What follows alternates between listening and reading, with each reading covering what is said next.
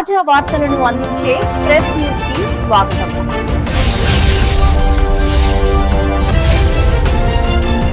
ఈ ఎన్నికల్లో 16వ వార్డు తరపున బీఆర్ఎస్ అభ్యర్థిగా భారీ మెజార్టీతో గెలిపించిన మా గ్రామ డివిజన్ ప్రజలందరికీ కూడా పేరు పేరున ధన్యవాదాలు తెలుపుకుంటున్నాను. ఈ ఎన్నికల్లో అధికార కాంగ్రెస్ పార్టీని మభ్యపెట్టే వాళ్ళని బుద్ధి చెప్పే విధంగా 400 ఓట్ల భారీ మెజార్టీతో నన్ను 16వ డివిజన్ ప్రజలు, నాగుర్లపల్లె పర్షా నాయక్ తండా ప్రజలు నన్ను ఆశీర్వదించడం జరిగింది.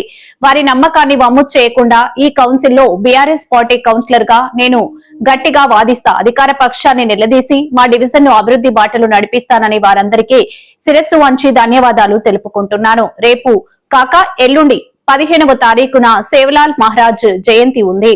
ఒక గిరిజన బిడ్డగా, ఒక ఆదివాసి బిడ్డగా వారి హక్కుల కోసం అహర్నిశలు కష్టపడుతూ పనిచేస్తానని మరొకసారి తెలియజేసుకుంటున్నాను. నాకు అవకాశం ఇచ్చి నన్ను ఇంత పెద్ద భారీ మెజార్టీతో గెలిపించిన మా బీఆర్ఎస్ పార్టీ గ్రామ పార్టీ నాయకులకు, నియోజకవర్గ నాయకులకు, మండల నాయకులకు, సీనియర్ నాయకులందరికీ కూడా పేరు పేరున ధన్యవాదాలు తెలుపుకుంటూ జై తెలంగాణ. ఎన్నికల్లో 16వ వార్డు తరపున టీఆర్ఎస్ అభ్యర్థిగా భారీ మెజార్టీతో గెలిపించిన మా గ్రామ డివిజన్ ప్రజలందరికీ కూడా పేరు పేరున ధన్యవాదాలు తెలుపుకుంటున్నా.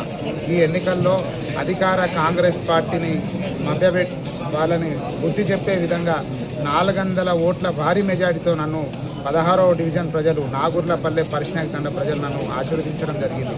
వారి నమ్మకాన్ని వమ్ము చేయకుండా ఈ కౌన్సిల్లో టీఆర్ఎస్ పార్టీ అభ్యర్థిగా, అంటే టీఆర్ఎస్ పార్టీ కౌన్సిలర్గా నేను గట్టిగా వాదిస్తా, అధికార పక్షాన్ని నిలదీసి మా డివిజన్ని అభివృద్ధి బాటలో నడిపిస్తానని వారందరికీ శిరస్సు వంచి ధన్యవాదాలు తెలుపుకుంటూ, రేపు కాక ఎల్లుండి 15వ తారీఖున సేవలాల్ మహారాజ్ జయంతి ఉన్నది. ఒక గిరిజన బిడ్డగా, ఒక ఆదివాసీ బిడ్డగా వారి హక్కుల కోసం అహర్నిశలు కష్టపడుతూ వారికి పనిచేస్తానని మరొకసారి తెలియజేసుకుంటూ, నాకు అవకాశం ఇచ్చి నన్ను ఇంత పెద్ద భారీ మెజార్టీతో గెలిపించిన మా బీఆర్ఎస్ పార్టీ గ్రామ పార్టీ నాయకులకు, నియోజకవర్గ నాయకులకు, మండల నాయకులకు, సీనియర్ నాయకులు అందరూ కూడా పేరు పేరున ధన్యవాదాలు తెలుపుకుంటూ జై తెలంగాణ.